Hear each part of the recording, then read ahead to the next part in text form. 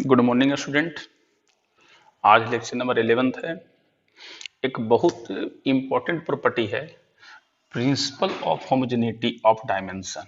Actually जो हम पिछले क्लास HW दिए थे उसमें कुछ रीजन बताएंगे।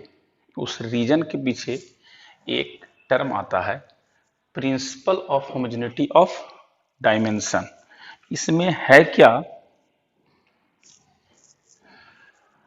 According to this principle the dimension of each term in any dimensional equation must be same or equal।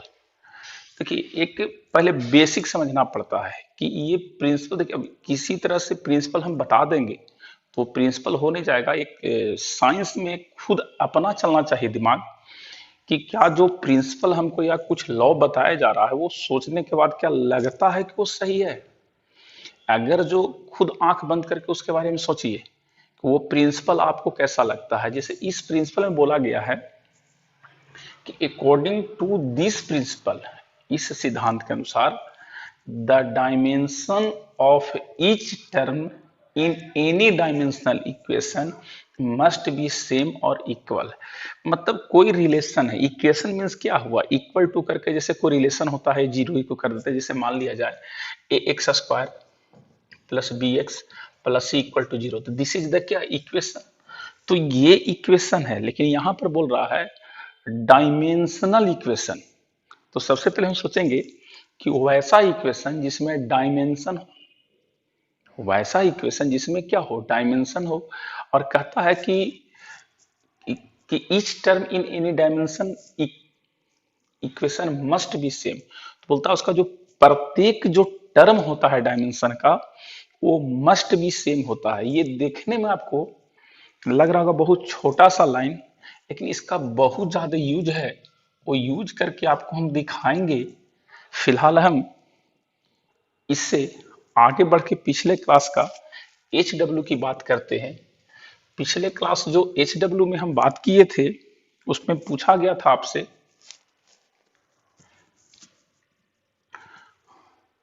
Question था 1 जूल इक्वल टू डैश अर्ग।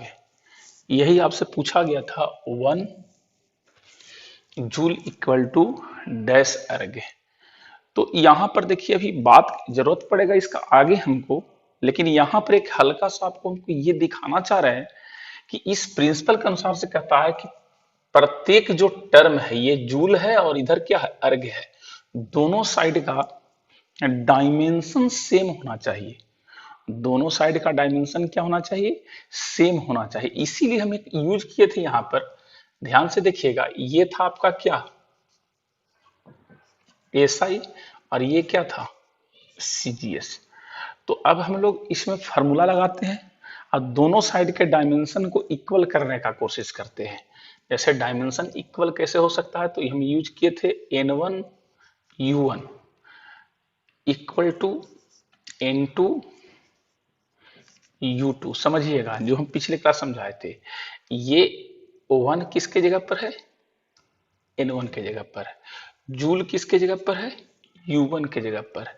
यहां पर हमको कुछ नहीं पता है, यही हमको वाट निकालना है, और ये अर्ग है इसके जगह पर। तो अगर जो प्रिंसिपल ऑफ होमोजेनिटी के हिसाब से बात करते हैं तो दोनों साइड का डायमेंशन सेम होना चाहिए। इसका मतलब है कि डायमेंशन की बात करते हैं तो इसका डायमेंशन क्या होता है, जूल का। आप लेक्चर नंबर 6 में या 7 में, कंफर्म नहीं है, देख लीजिएगा, डायमेंशन निकालने का तरीका आपको समझाए थे। उस लेक्चर को एक बार देख करके पहले डायमेंशन निकालने का तरीका सीख लीजिए। उसके बाद उसी में आपको हम निकाले थे जूल का, यानी वर्क, वर्क का होता है यूनिट जूल, जिसको डिनोट करते हैं जे से। इसका डायमेंशन होता था ml² T⁻², यानी यहां कुछ नहीं तो क्या, 1 ब्रैकेट क्लोज। अब जरा ध्यान दीजिएगा, यहां से इसका मतलब ये भी वर्ग का यूनिट है और ये भी वर्ग का है। दोनों साइड डायमेंशन सेम होने के लिए हर जगह पर पावर, यहाँ 1, यहाँ 2, यहाँ 3। तो अगर जो आप याद करिए तो आपको हम सिखाए थे यहाँ पर पावर a, पिछले लेक्चर देखिएगा 10 में 11 चल रहा है, b, और ये क्या था c, याद करिए। तो यहां से अगर जो हम सॉल्यूशन की बात करें, सॉल्यूशन की, तो जरा देखिए सॉल्यूशन में क्या है। हम यहां से फिर से समझिए जो हम बोलना चाह रहे हैं। कभी भी आपको इस टाइप का क्वेश्चन देगा तो ये जो टर्म है ना, आप इसी का डायमेंशन लिखिएगा, राइट साइड का नहीं लिखिएगा, क्योंकि राइट साइड का खुद डायमेंशन इक्वल हो जाएगा। क्यों होगा इक्वल? क्योंकि प्रिंसिपल ऑफ होमोजेनिटी कहता है कि according to this principle the dimension of each term in any dimensional equation must be same और इक्वल।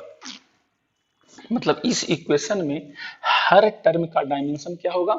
सेम होगा, जो प्लस और माइनस में। इस पर और डिटेल चर्चा करेंगे और इंटरेस्टिंग बनाएंगे कि किस तरह से इसका यूज होता है। अच्छा अच्छा क्वेश्चन, कॉम्पिटिटिव लेवल का क्वेश्चन बनाएंगे।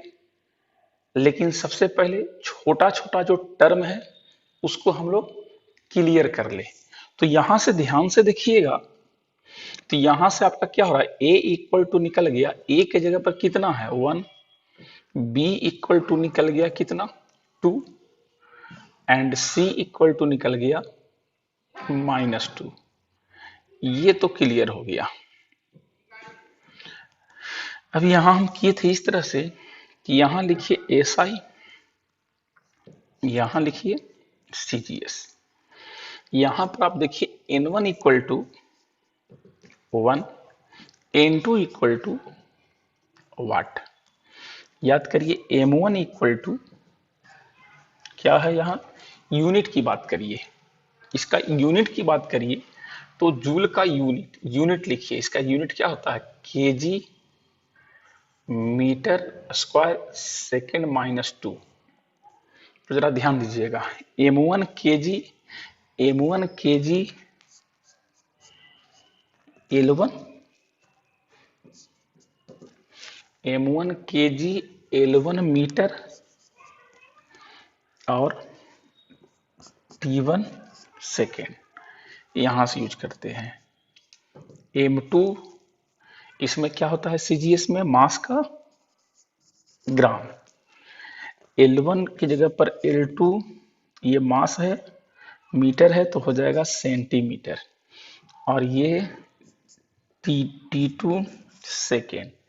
तो इसका हम यूज करते हैं फॉर्मूला में। तो देखिए फॉर्मूला क्या होता है,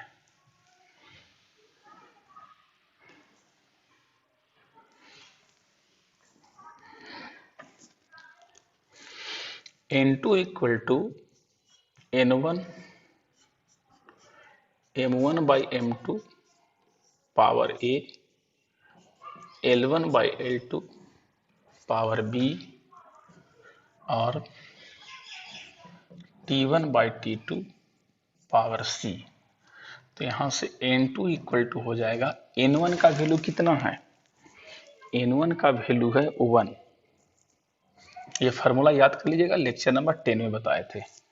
M1, M1 देखिए क्या है केजी, तो कितना हो जाएगा यहाँ केजी, और ये क्या ग्राम, पावर कितना, ए की जगह पर कितना लिखेंगे, ये चुकी और ये इसलिए ए की जगह पर 1। अब देखिए L1, L1 कितना है यहाँ, L1 है ग्राम, L1 ग्राम, ग्राम कर रहे हैं, L1 कितना है, L1 है मीटर, और L2 है, L2 है सेंटीमीटर। इस पर पावर B, तो B कितना है जरा ध्यान से देखिए, B है आपका 2। ये कैसे पकड़ते हैं, तो जो M पर पावर होता है जो B हो गया, और ये क्या हो गया C हो गया। देखिए नीचे आपको लिख के दिखाए हैं। अब यहां से T1 भी सेकेंड और T2 भी सेकेंड, पावर -2 देख लीजिए, ये भी सेकेंड, ये भी सेकेंड। तो N2 इक्वल टू 1 से मल्टीप्लाई करेंगे, कोई अंतर नहीं पड़ेगा। केजी को लिख सकते हो 1000 ग्राम बाई ग्राम, और यहाँ लिख सकते हैं 100 सेंटीमीटर बाई सेंटीमीटर पर पावर 2, और ये सेकेंड सेकेंड कैंसिल हो गया तो 1 पर पावर -2। तो N2 इक्वल टू, ये gram gram cancel, second centimetre centimetre cancel, तो ये हो गया 30, और ये 10 100 का होल स्क्वायर, 100 का होल स्क्वायर मतलब 2 बार 100, और इसका पावर 1 को हो गया 1। N2 इक्वल टू हो गया 1 2 3 4 5 6 7 10 टू द पावर 7। एक बार ध्यान से देख लीजिए, उसके बाद बात करते हैं हम लोग।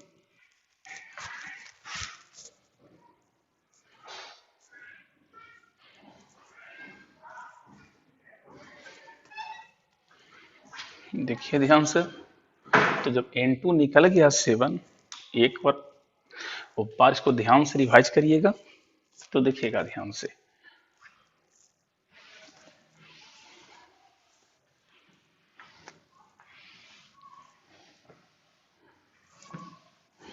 तो जब N2 निकल गया तो उसके बाद क्या हो जाएगा, देखिए ध्यान से, 1 जूल, N2 की जगह पर कुछ नहीं था, N2 निकल गया कितना, 10 टू द पावर 7 अर्ग। इस तरह से एक अननोन रिलेशन निकल गया। ये सब ऑब्जेक्टिव एग्जाम में पूछता है, कभी भी पूछा जाए जवाब दे दीजिए।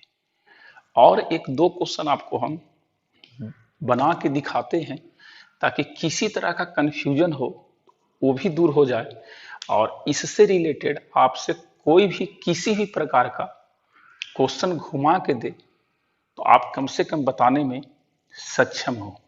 जैसे कि ध्यान दीजिएगा,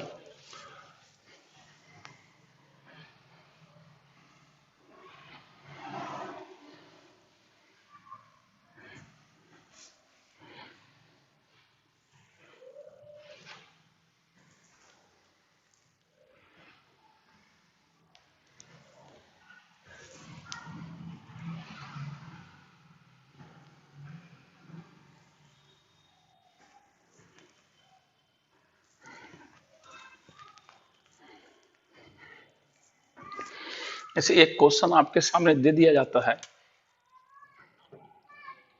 मान लीजिए आपसे क्वेश्चन है 10 metre per second equal to dash centimetre per second. Line को समझिएगा, 10 metre per second equal to dash metre per second. तो सबसे पहले ये किसका यूनिट है, ये मीटर पर सेकेंड है। अगर जो यहाँ पर फंडामेंटल में ना होकर के मान लिया जाए यहाँ पर 10 जूल दिया रहता, तो जूल क्या है, डेराइव्ड है। जूल का यूनिट हम आपका लेक्चर नंबर 6 में बताए थे, 1 जूल इक्वल टू होता है KG metre per second square, metre square second square. ये हो गया फंडामेंटल में। फंडामेंटल का बात किए थे कि जो 7 यूनिट था, तो ऑलरेडी यहाँ पर हमको फंडामेंटल में दिया है, लेकिन ऐसे भी हमको पता है कि स्पीड का है, तो यहाँ पर दो चीज निकाल लेते हैं। फार्मूला आप ध्यान से देखिए क्यों आवश्यकता पड़ता है इसे। हम यहाँ पर फार्मूला लिख रहे हैं N2 equal to N1 M1 by M2 A L1 by L2 B और T1 by T2 C।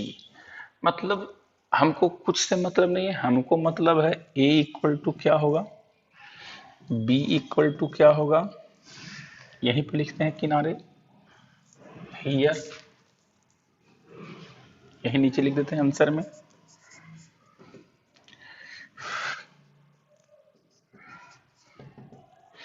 A equal to, B equal to, C equal to. सबसे पहले हमको फार्मूला लगाने के लिए ए बी सी चाहिए, फिर M1 M2, जो हम इस तरह से बनाते हैं लिस्ट। यहां हमको चाहिए एक N1, एक N2, M1, L1, T1, M2, L2, T2। देखिए क्वेश्चन क्या है, क्या निकालना है, उससे हमको मतलब तो है ही, लेकिन उससे हमको ज्यादा मतलब है कि चूंकि हम बार बार फार्मूला में ये हम यूज कर रहे हैं, फार्मूला में N2 है N1 है, N2 है N1 है, M1 M2 है, M1 M2 है, L1 L2 है, L1 L2 है, T1 T2 है, T1 T2 है, और A B C है, A B C है। जब तक हमको इसका डाटा नहीं मिलेगा तब तक हम इसको नहीं बना सकते हैं। तो फिलहाल ये फार्मूला का यूज न कर करके पहले हम ये डाटा खोजना शुरू करते हैं। तो एम एल टी क्या था, तो ये एम एसआई यूनिट में था, ये क्या था एसआई, और ये क्या था सीजीएस। एसआई और हम सीजीएस की बात कर रहे हैं। तो अब जरा ध्यान से देखिएगा कि ये सेंटीमीटर सीजीएस है और ये एसआई है। तो अगर जो इसका हम डायमेंशन की बात करें तो ये सबसे पहले यूनिट लिख लेते हैं। तो यूनिट में ध्यान से देखिए, इसके लिए हम जो करने जा रहे हैं, इतना तो रफ करने जा रहे हैं यहाँ से यहाँ। इसका यूनिट है मीटर पर पावर 1, सेकेंड पर पावर -1। ये मीटर है, ये सेकेंड है। अगर जिसका डायमेंशन आप ध्यान दीजिएगा तो डायमेंशन याद करिए, एम पर पावर 0, एल पर पावर 1, क्योंकि एम नहीं है, देखिए केजी यहाँ पर नहीं है, तो केजी का तो मास होता है, और मास नहीं है तो जो नहीं रहता उसको क्या बोले थे, पावर 0 लगा देने के लिए। किसी पर पावर 0 बराबर 1 और टी पर पावर -1। अगर जो आपको पता होना चाहिए तभी हम बात किए, एम पर पावर ए, एल पर पावर बी, टी पर पावर सी। मतलब ये जो पावर है 0, 1, -1, ये ए बी सी का वैल्यू है। यानी आज के बाद बार बार लिखने की आवश्यकता नहीं है, जो डायमेंशन का पावर होगा वही ए बी सी होगा। और ये जो यूनिट है यहाँ कुछ नहीं है तो केजी के जगह पर 0 हो जाएगा। जरा ध्यान दीजिएगा, ये हो गया 0, ये डायमेंशन 0 है। अब जरा ध्यान दीजिए, यहाँ क्या है 1 और यहाँ क्या -1। अब जब यूनिट यहाँ नहीं है तो उससे आप मतलब मत रखिए, आप उतना ध्यान मत दीजिए इसका यूनिट क्या है, बस डायमेंशन एक बार लिख लीजिए। डायमेंशन लिखने के बाद इस जो भी यूनिट है इसका आप डायमेंशन लिख लीजिए। अब आप m1 को हमेशा केजी लिखिए। चलिए m1 केजी, ये क्या हो जाएगा ग्राम, ये क्या मीटर, ये सेंटीमीटर, ये सेकंड, ये सेकंड। मतलब अब के बाद, आज के बाद आपको ये सिर्फ खोजना रहेगा 0, 1 और -1। ये केजी मीटर सेकेंड और ये ग्राम सेंटीमीटर सेकेंड आप अपने मन से लिख देना है। m1 हमेशा केजी होगा, L1 हमेशा मीटर होगा और T1 हमेशा सेकेंड होगा। तो एक और बना के दिखाएंगे तो क्लियर हो जाएगा, आप जरा ध्यान दीजिएगा। तो यहां से N2 इक्वल टू हो जाएगा 1। देखिए कैसे पता लगा 1, 1 नहीं, ध्यान दीजिए 1 नहीं है, ये है, यहां से नीचे लिख देते हैं m पर पावर 0, l पर पावर 1, t पर पावर -1। इसका हो जाएगा n1, n1 u1, n2 u2। तो n1 दिया हुआ है 10, n1 कितना 10 और n2 निकालना है, तो ये वाट। तो जरा ध्यान से देखिएगा, ये हो गया केजी और ये हो गया ग्राम। पावर कितना 0, देखिए 0 कैसे है, ए पर पावर 0 तो ए की जगह पर 0 दे दिए। 11 मीटर सेंटीमीटर 1 और ये सेकेंड सेकेंड दोनों साइड है -1। तो n2 इक्वल टू हो जाएगा, किसी पर पावर 0 इक्वल टू 1, ये तो 1 था ही, और किसी पर पावर जीरो, याद रखिएगा किसी भी, जैसे x पर पावर जीरो इक्वल टू क्या होता है 1, t पर पावर जीरो 1, m पर power zero equal to 1, l पर पावर जीरो इक्वल टू 1, किसी पर पावर जीरो इक्वल टू 1। और इस पर क्या है, ये सेंटीमीटर को लिख सकते हैं 100 सेंटीमीटर को सेंटीमीटर बाई सेंटीमीटर पावर 1, और ये क्या 1 पर पावर 1 माइनस 1, तो n2 इक्वल टू हो जाएगा सेंटीमीटर सेंटीमीटर कट गया, ये 1 इंटू 1 1 और ये भी 1, तो सिर्फ क्या बचेगा 100। इसलिए अब ये जरा देखिए फार्मूला, यहाँ से 10 metre per second equal to n2 की जगह पर 100 सेंटीमीटर पर सेकेंड। ध्यान से देखिए उसको, फिर एक दो क्वेश्चन और बताएंगे तो और क्लियर हो जाएगा।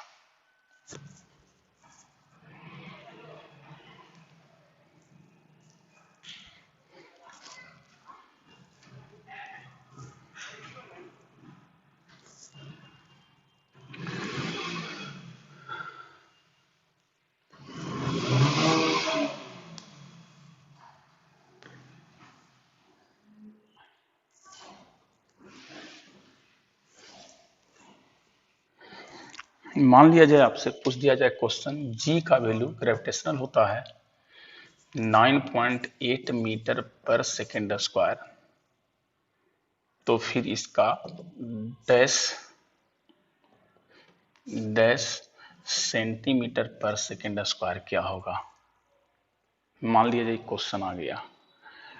अब जो हम बोलने जा रहे हैं उसको बहुत ध्यान से सुनिएगा, जो भी बोलने जा रहे हैं उसको बहुत ध्यान से सुनिएगा, और फिर उसी से हम लोग रिलेटेड काम करेंगे। जैसे यहां ध्यान दीजिए, ये मीटर है और ये सेंटीमीटर है, सेकेंड है, तो ये क्लियर हो गया कि ये एसआई है और ये सीजीएस है। तो एसआई जहां लिख दिया तो ये हम लोग एसआई में बोलते हैं, एसआई में है ये। जरा ध्यान दीजिए, एसआई में क्या होता है केजी मीटर। अगर जो ये एसआई में न रह के किसी और में रहता तब यहाँ चेंजिंग कर देते हैं। तो जैसे ये मीटर सेकेंड है तो समझिए केजी मीटर पकड़ लेना है कौन सा यूनिट है। तो अगर जो एसआई यूनिट है तो यहां से क्या करेंगे,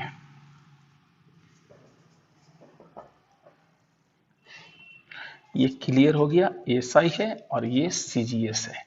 तो अगर जो पहला एसआई में रहे तो इसको चेंज नहीं करना है, सीजीएस में रहे तो इसको भी चेंज, क्योंकि एसआई में होता है केजी मीटर सेकेंड और ये ग्राम सेंटीमीटर सेकेंड। तो अब चेंज सिर्फ इसको करना है ए बी सी। तो ये लिख दीजिए डायमेंशन, डायमेंशन इसका हो जाएगा मीटर पर सेकेंड स्क्वायर।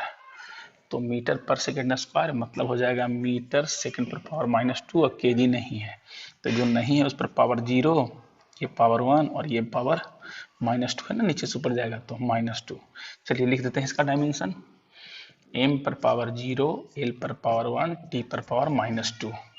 देखिए यहाँ से पता लग गया, a का वैल्यू 0, b का वैल्यू 1 और c का वैल्यू -2। अब यहाँ से n1 कितना है, तो ये g का मान हटाइए अब 9.8, तो ये हो गया n1 u1 n2 u2। तो n1 कितना है 9.8, n2 पता नहीं। अब शुरू हो जाएगा, n2 इक्वल टू n1 9.8, ये क्या केजी, ये क्या ग्राम, पावर 0, ये मीटर, ये सेंटीमीटर पावर 1 और ये सेकेंड बाय सेकेंड पावर -2। देख लीजिए सेकेंड सेकेंड, यहाँ से हो जाएगा n2 इक्वल टू 9.8, किसी पर पावर 0 इक्वल टू 1, ये हो जाएगा 100 सेंटीमीटर 22 सेंटीमीटर पावर 1 और ये कैंसिल होकर 1 पर पावर -2। n2 इक्वल टू 9.8 और ये क्या 100, बाकी इस पर पावर -2 1 होता है, तो इसलिए ये क्या हो जाएगा 9.8 मीटर पर सेकेंड स्क्वायर को लिख सकते हैं 9.8 into 100 centimetre per second square multiply करिए हो जाएगा 980 सेंटीमीटर पर सेकेंड स्क्वायर। अगर जो एफपीएस रहता, ध्यान दीजिए यहां लिख देता एफपीएस, एफपीएस तो एफपीएस रहता तो यहां लिखते foot pound, pound foot second, FPS foot, pound foot second. तो इस तरह से आपको वो थोड़ा सा आपको टेढ़ा पड़ेगा लेकिन बन सकता है। एक और लास्ट बताएंगे, एक और देख लीजिए उसके बाद बात करते हैं।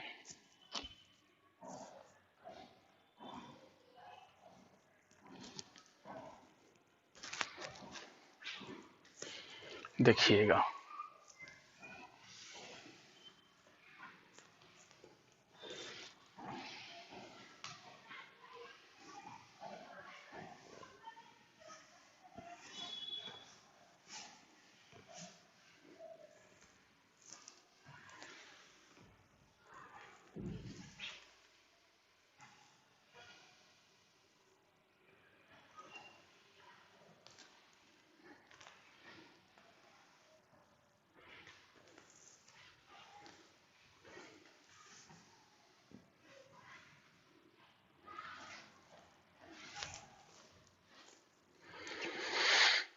एक बहुत पॉपुलर है, अक्सर आप लोग को टीचर बोलते होंगे कि कभी भी दे दिया जाए क्वेश्चन, मान लिया जाए कि किलोमीटर 1 किलोमीटर पर आवर है तो उसको 5/18 मीटर पर सेकेंड कर दे।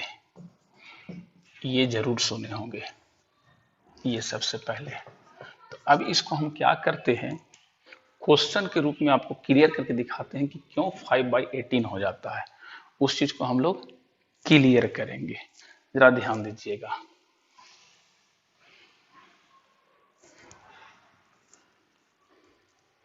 क्वेश्चन है 1 kilometre per hour equal to dash metre per second.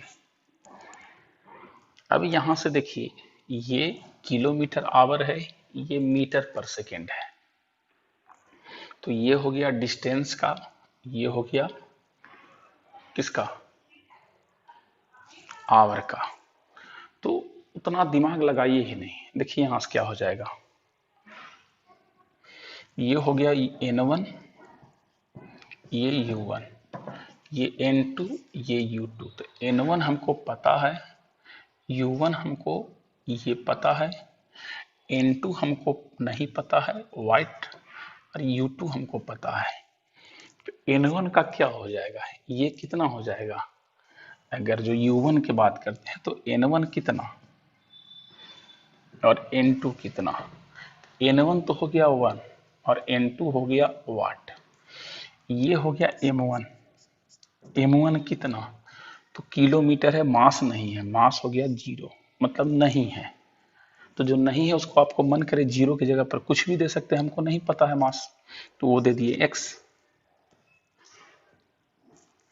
ये भी नहीं पता है M2, इसका भी मास नहीं पता है, दे दिए y। नहीं पता है दे दिए L1 किलोमीटर, देखिए किलोमीटर है, और ये L2 ये है मीटर, ये T1 ये है आवर, और ये है T2 ये है सेकेंड। अब इसका डायमेंशन हमको पता रहना चाहिए थी, इसका डायमेंशन, दोनों साइड का डायमेंशन, अभी हम क्या बात किए थे, principle of homogeneity. Principal of homogeneity कहता है कि दोनों साइड का डायमेंशन सेम होना चाहिए। तो किसी एक का लिख दीजिए, तो ये जरा देखिए, इसी से मीटर पर 1 और सेकेंड -1, तो ये हो जाएगा m पर पावर 0 L1 t -1। कैसे पता लगा, तो जब kg नहीं है तो उस पर पावर क्या हो जाएगा 0। तो लगाते हैं formula, N2 equal to N1 M1 by M2 A. अब यहाँ ए बी सी दिखाई दे रहा है, ए बी सी कितना है 0 1 -1। कैसे पता लग गया 0 1 -1। देखिए जब नहीं जो दिया रहे आप उसको कुछ भी मान सकते हैं, उसमें टेंशन मत लीजिए। ये L1 L2 B T1 T2 C, तो इसलिए चूंकि N2 इक्वल टू हो जाएगा ये कितना हो, N1 कितना है 1, ये x और ये क्या y पावर 0, देख लीजिए 0। अब यहां से ये B1 L1 लेंथ किलोमीटर में है, सेकंड क्या है मीटर में, पावर 1, ये किस में है आवर में, ये हो गया आवर और ये सेकेंड, पावर -1, ध्यान दीजिएगा पावर क्या हो गया -1। तो N2 इक्वल टू ये किसी पर पावर 0 बराबर 1, किसी पर पावर 0 बराबर 1 एकदम याद कर लीजिएगा, ये हो जाएगा 1000 मीटर, और ये मीटर जानते एक लाइन में नहीं रहेगा तो कैंसिल नहीं होगा, और ये 36 सेकेंड और ये भी सेकेंड, ये -1 सेकेंड, सेकेंड क्या हुआ कैंसिल हो गया। N2 इक्वल टू ये तो 1 1 1 हो गया, मीटर मीटर कैंसिल, ये 3 0 पर पावर 1 और ये -1 है तो नीचे जाएगा। तो N2 इक्वल टू देखिए पावर ये हमेशा याद रखिएगा 1/x है पावर 1 तो हो जाएगा x पर पावर -1, और अगर जी x पर पावर -1 है और उधर जाएगा तो ये नीचे चला जाता है तब होता है 1, ठीक यही वाला ये -1 है तो नीचे चला जाएगा तो हो जाएगा ये, और ये नीचे जाएगा तो 1 बाई कितना, जैसे 1 बाई कितना 3600, ठीक है ये अपना देखिएगा ध्यान से। तो यहाँ से ध्यान से देखिए 2 0 2 0 क्या हुआ कैंसिल हो गई, तो यहाँ से क्या हो जाएगा देखिएगा ध्यान से, इसको मिटा देते हैं यहाँ से, आप एक बार ध्यान से देखिए इसको मिटाते हैं, यहीं पर बना लेते हैं और क्या देखिए, तो कितना हो जाएगा ये N2 इक्वल टू ये बाई 36, अब जिसको कैंसिल करते हैं तो ये हो जाएगा 2 से 5 और ये क्या 18, तो यहाँ से निकल गया N2 इक्वल टू 5/18, इसलिए N2 से 5/18 इसलिए 1 kilometre equal to 1 kilometre equal to, अगला क्या है मीटर, डैश डैश के जगह पर क्या है N2, तो N2 कितना 5/18 मीटर पर सेकेंड। इस तरह से हम लोग ये वैल्यू को क्या किए निकाल लिए, मतलब इस फार्मूला को जितना जाते प्रैक्टिस करिएगा उतना आसानी से इसको उतार के रखिए, उसके बाद बताते हैं।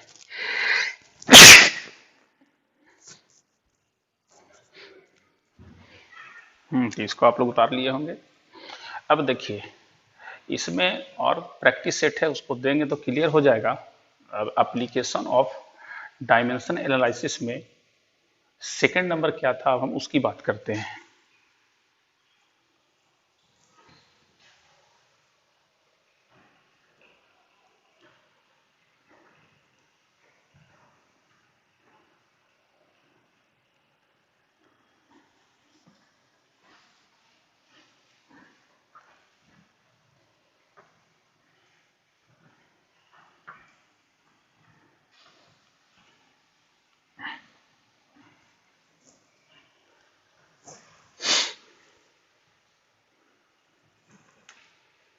ये क्या था, to check the correctness of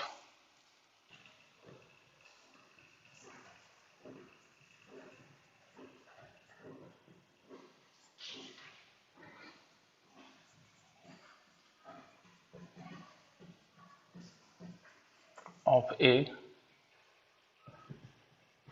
given physical relation.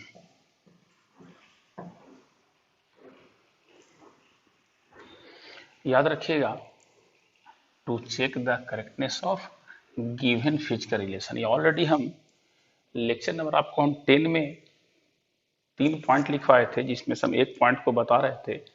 आज सेकंड पॉइंट है आपके सामने, to check the correctness of given physical relation. इसका मतलब किसी भी जो नया फिजिकल रिलेशन है, फिजिकल रिलेशन को हम एक शब्द में समझा सकते हैं। वो जो इक्वेशन होता है जिसको आप दूसरे शब्द में समझ सकते हैं, फार्मूला, फार्मूला को ही हम लोग बोलते हैं गिवन फिजिकल रिलेशन। तो उसको यूज करने के लिए आप ध्यान दिए होंगे, आज हम बताए थे principle of homogeneity. Principle homogeneity क्या कहता है कि किसी डायमेंशनल इक्वेशन का जो प्रत्येक टर्म है, जो ईच टर्म है, हर टर्म का डायमेंशन क्या होना चाहिए, सेम होना चाहिए। तो इसका हम यूज करके कैसे बनाएंगे जरा ध्यान दीजिएगा। जैसे हमारे सामने एक फिजिकल रिलेशन दे दिया, क्वेश्चन है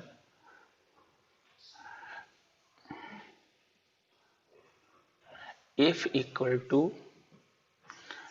M R square by V,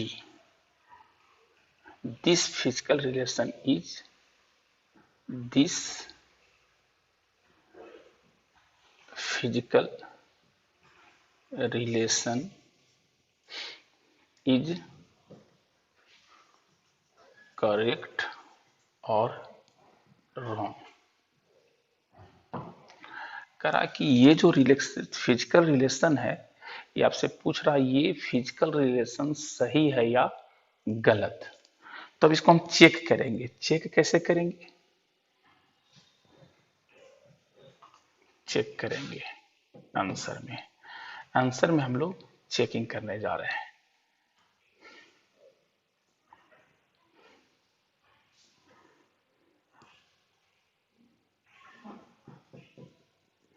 check, check कैसे करेंगे, तो सबसे पहले इसका हम लेंगे वेयर, वेयर करके लिख देगा, वेयर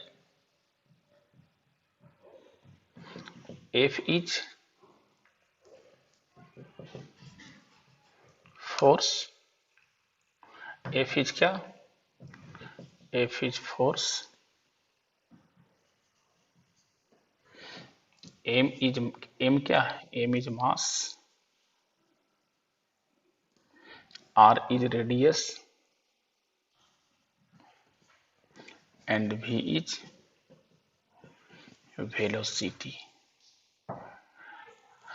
आपसे ये एक क्वेश्चन दे दिया और यही चेक करने के लिए दे दिया कि ये फार्मूला, ये फिजिकल रिलेशन यानी फार्मूला क्या है, सही है कि गलत है। Where F is force, M is mass, R is radius and V is velocity. तो अब इसका देखिएगा सॉल्यूशन। तो सबसे पहले हम लोग चेक करेंगे, चेक क्या करेंगे, L H S, L H S, क्योंकि according to principle of homogeneity dimensional, dimension of each term is any physical equation is same. इसका मतलब हर तरफ के डायमेंशन, इसका मतलब जितना डायमेंशन इसका रहेगा उतना ही डायमेंशन इसका रहेगा। अगर जो दोनों का डायमेंशन इक्वल रहेगा तो ये फिजिकल रिलेशन सही है, और अगर जो दोनों का डायमेंशन क्या रहेगा, इक्वल नहीं रहेगा, तो फिजिकल रिलेशन सही नहीं रहेगा। तो सबसे पहले हम left hand side, left hand side का डायमेंशन निकाल रहे हैं, उसके बाद हम राइट हैंड साइड का डायमेंशन निकालेंगे और देख लेंगे दोनों का यदि डायमेंशन सेम है तो दिस फार्मूला इज करेक्ट, और अगर जो सेम नहीं है तो दिस फार्मूला इज रॉन्ग। क्योंकि according to principle of homogeneity the dimension of each term, dimension formula of each term in dimensional equation must be same। तो dimensional formula of LHS 1 number,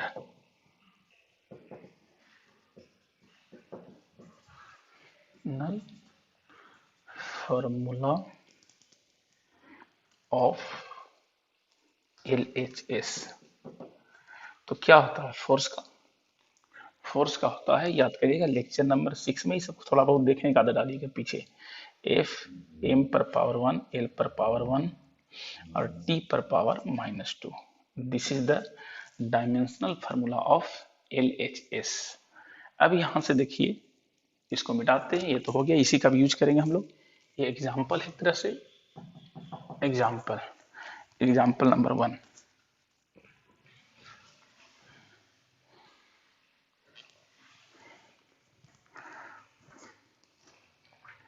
अब लिखेंगे dimensional formula of, एक ए number में लिखे, B number में लिखते हैं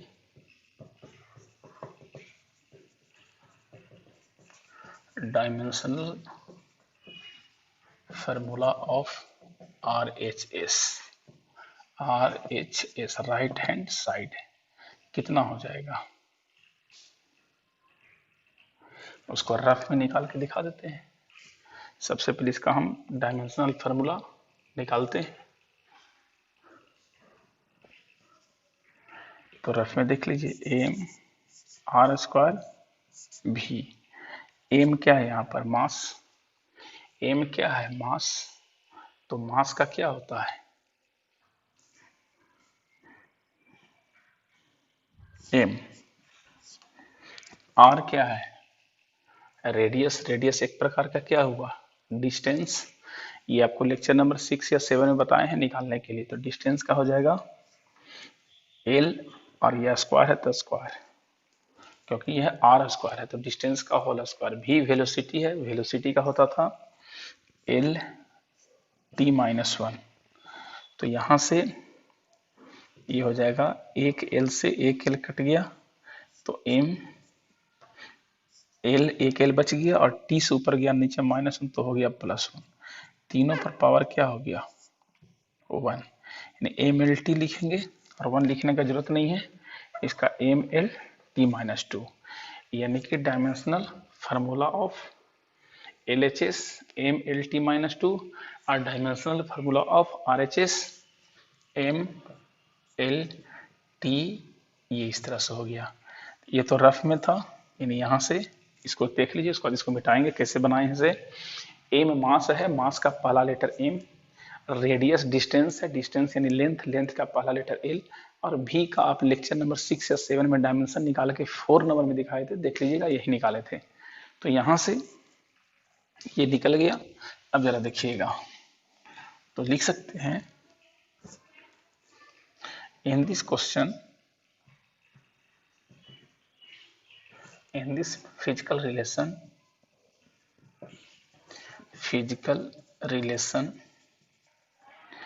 dimension of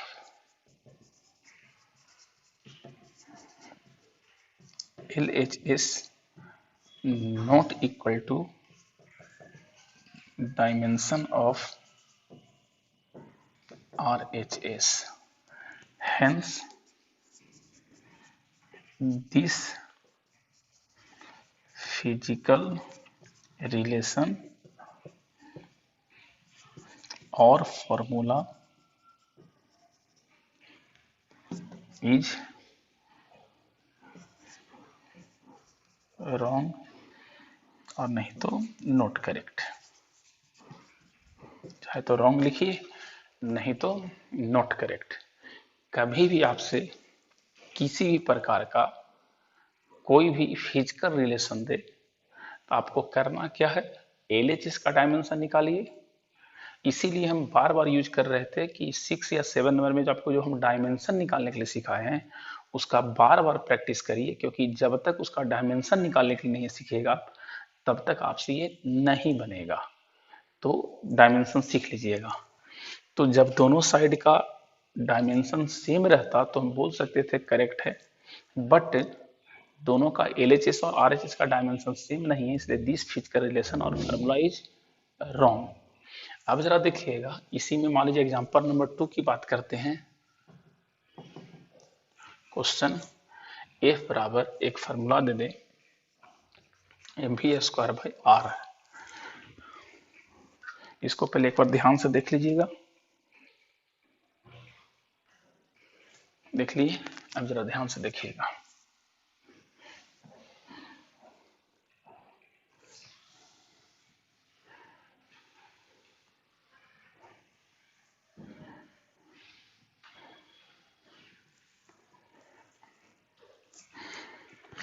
same question है, सिर्फ इसमें निकालना है कि दिस फार्मूला इज रॉन्ग और राइट। नेक्स्ट वीडियो में आपको हम इसका करेक्टनेस चेक करेंगे, एक दो क्वेश्चन और देंगे और इस पर किस तरह से न्यूमेरिकल्स बनेगा उसकी बात करेंगे। आज का क्लास इतना ही, ओके बाय, इसको बना के रखिएगा।